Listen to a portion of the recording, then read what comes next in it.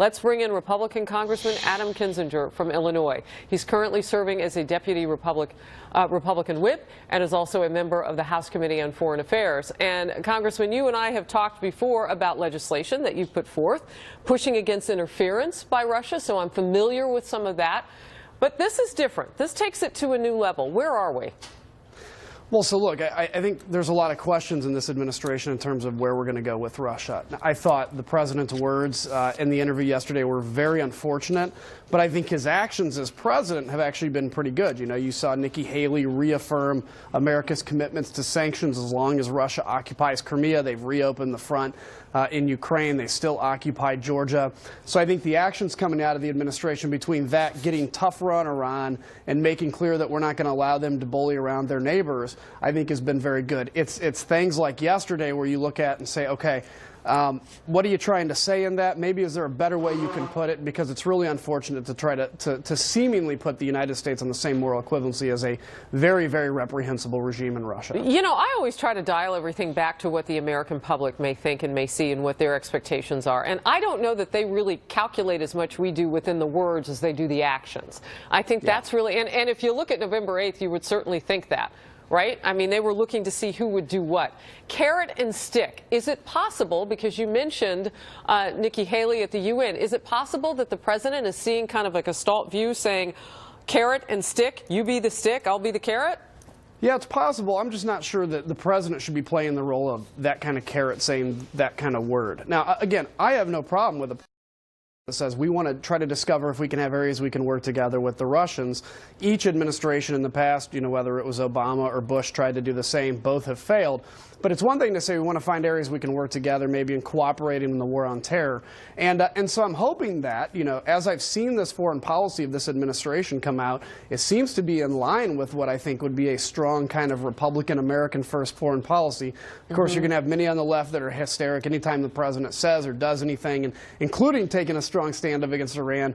You see people say, oh my goodness, he's going to start World War III. No, it's just we have a president now that's actually going to follow through and put down red lines that he means.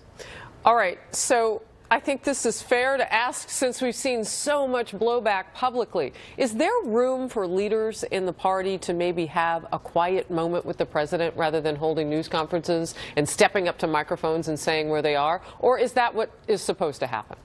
I think having those quiet moments would be good and is supposed to happen. I'm sure it happens within the White House, and I'm sure the leaders have opportunities to say this.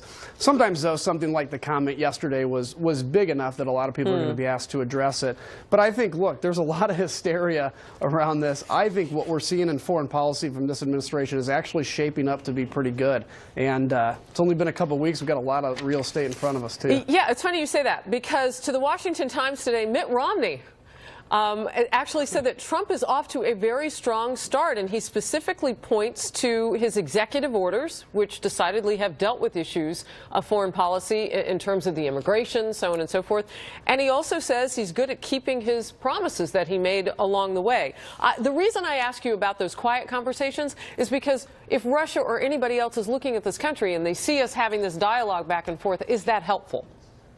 No, it's not. And I would say that to my colleagues on the other side of the aisle. I was critical of President Obama in a lot of things, but I was never unnecessarily critical on foreign policy issues just because. I always think it's important that politics ends at the water's edge as much as it can. You can still disagree. And so I'd encourage my friends on the other side of the aisle, you know, don't make everything a major issue. Let's try to work together as Americans. Let's try to see if we can restore our foreign policy and make American foreign policy first and build the world in that process by America leading again. All right, Congressman, before I let you go, is there something precipitous? Is there something we need to know coming from Russia? Because those words were pretty harsh. Coming from them. And then Iran had some harsh words for us, too, in terms of what they would do to our Fifth Fleet in Bahrain if we tried to get in the way of renegotiating this deal, this nuclear deal. Well, you have Russia, Assad, and Iran as this new unholy alliance kind of in the Middle East. You know, Assad, Iran, and Russia are responsible for the death of 500,000 Syrians. It's all realpolitik to him. So, yeah, this idea that we need to create a wedge between Iran and Russia is very important. It's going to be very difficult, though, because the Iranians are using the Russians are using the Iranians. They don't care necessarily about the terrorist attacks in that process. They just want the power. Oh, interesting. Okay. Representative Adam Kinzinger, always good to have you, sir. Thank you. You too. Thanks. Take care.